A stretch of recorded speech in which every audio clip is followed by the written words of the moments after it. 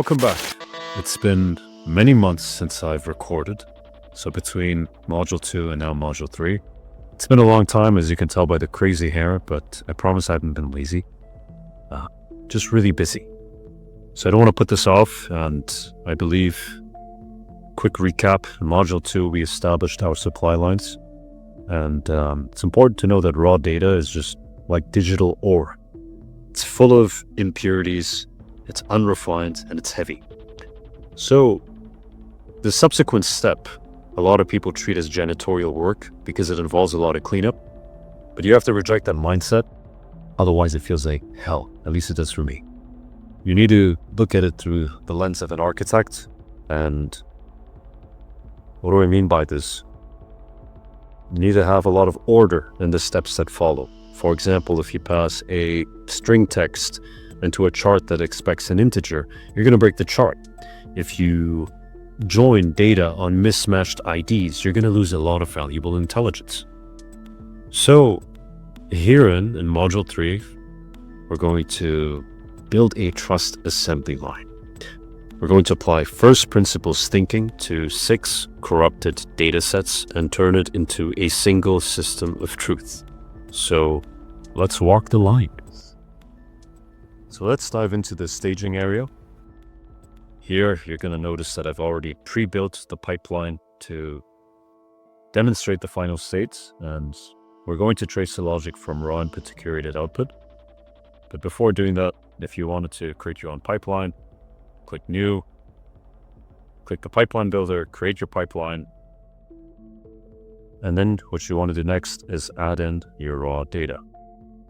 So just to briefly show you some things, transform will allow you to access a series of functions that allow you to clean up all your data.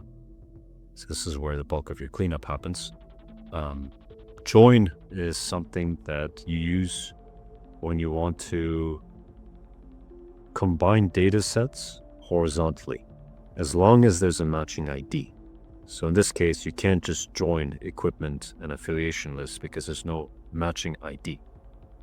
Union is used when you want to vertically stack data, and it works when you have 2 data sets, such as these 2, that have the same schema, so to make a comprehensive data set. And the user LLM is super awesome. I'll briefly touch on this too. But let me go back, delete this nonsense, and get right into our pipeline. So let's go to the final branch. We'll talk on that a little bit. But what you're going to notice all the way to the right is the order that we're looking for, or looking to create, that I've already created. And everything that precedes this is chaos.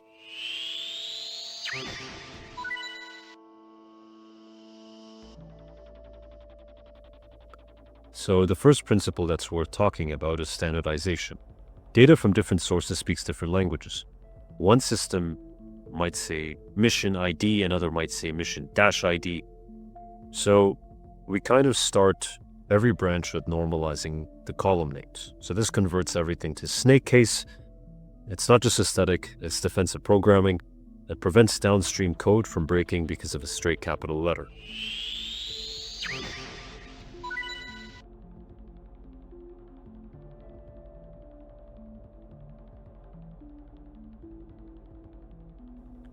The second principle is about strong typing. So you want to look at the dates. To a human, if we scroll down,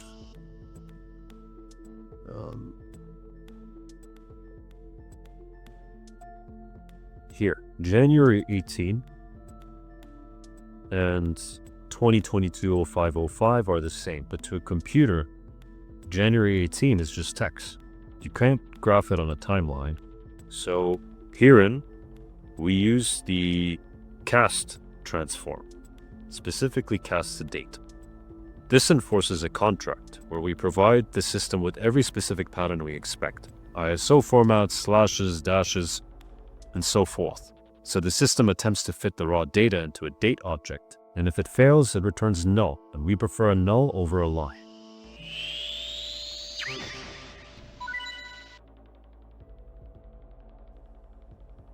So the third principle is about sanitization, where we separate the signal from the noise. Over in our budget column, we encounter dollar signs, and it's not present in every row. So a database cannot do math on a dollar sign. So herein, we needed to use Regex replace to find all the dollar signs and replace it with an empty string. So this surgically strips non-numeric characters. Similarly, in our equipment catalog, amongst the equipment type, you're going to notice incomplete words. Tool makes sense, but what is ve? What is exp? So for this, we needed to utilize map values. So think of this as a translation dictionary where we explicitly map variances to a single controlled vocabulary. This ensures that when you filter for vehicle later, you don't miss the rows labeled ve.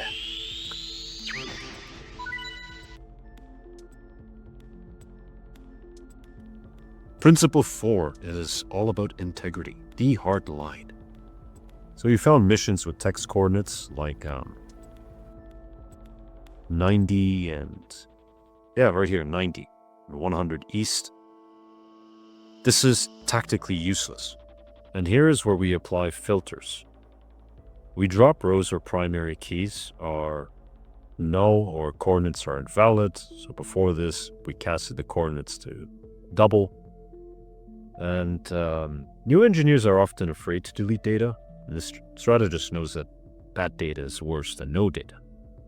So by trying to filter aggressively, you actually protect the reliability of the application that we're going to build later on.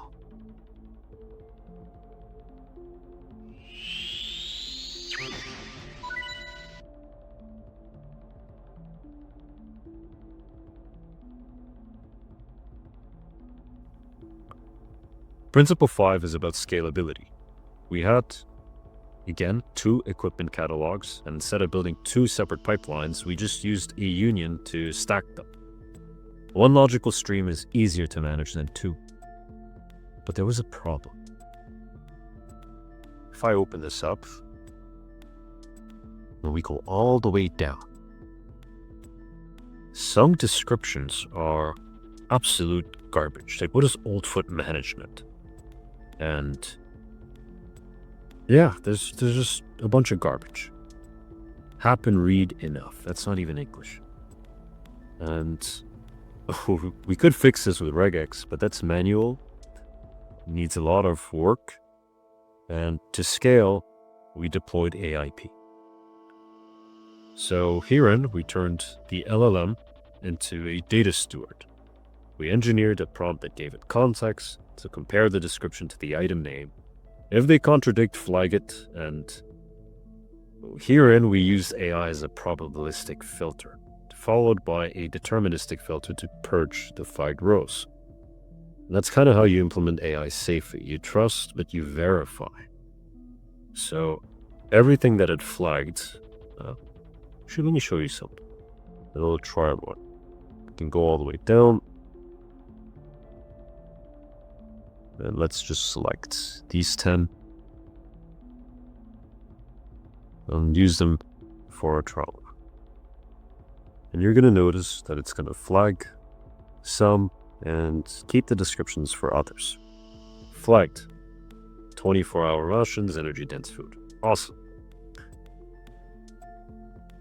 And then that deterministic filter that I spoke about, it happens right here, where I wanted to filter out any row where the description contains flagged.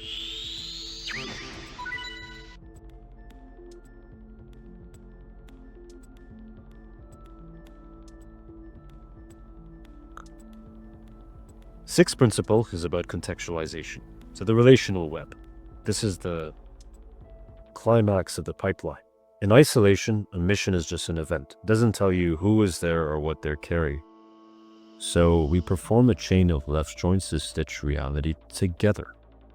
By combining the operative details, for example, you're going to see so much more information about at what mission, what operative was there, as an example. quick strategic note. Notice a middle step. The mission log didn't have the equipment list, but it did have the operative ID. The operative roster did have the loadout ID, so we used the operative as a bridge entity to link the mission to the gear here. And this is relational modeling. Finding the hidden path between disconnected datasets to create a 360-degree operational view. So we just pop that open for you. Here, and we match all the equipment IDs. There, current loadout ID to that loadout ID. Over here, the assigned operative ID to the operative ID. And then the last join was, again, matching the affiliation list to all the details that we had combined earlier, just to have that final data set that has all that information.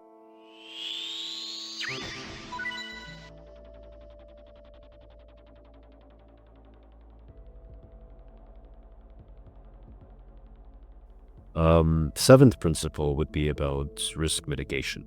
So this is what you saw over here, branching. So I built all this on V1 tactical release, and in production environments, you never usually want to touch the main. Branching allows us to sandbox our logic, and if this pipeline fails, the commander's dashboard on the main branch stays green. We only merge when the logic is proven.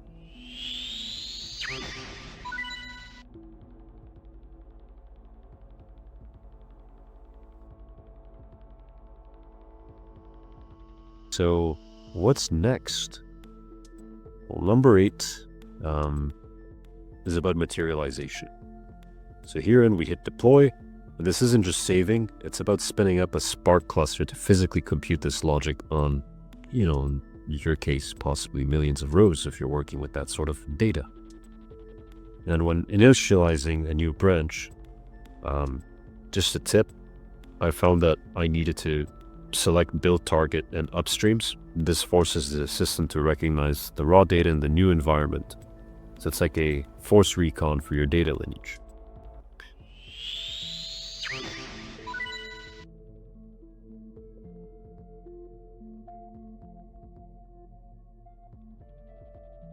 So principle 9 is about operationalization. The build is green, but a manual pipeline is still a liability. So we want to open this up and we want to navigate to schedules, which is right over here. And herein, you want to set a daily trigger at 4 a.m. So this defines our service level agreement. I've already kind of built it. Build has been failing a little bit. I need to look a little bit into why this is happening. But more or less, in theory, this would guarantee the leadership that every morning your data is fresh, reconciled, and clean. That is the difference between a spreadsheet cleaner and a Foundry architect. We established a protocol to normalize, to sanitize, to enrich, and to automate. And now with this video wrapped up, I'm in a little bit of a dilemma. I don't know if for module 4 I should dive right into governance or take us on a trip with ontology, where we teach the system what a mission actually is. So while I sort that out, and hopefully it doesn't take me months where you're going to see my hair down my spine, I'm going to dismiss you and we'll catch up again.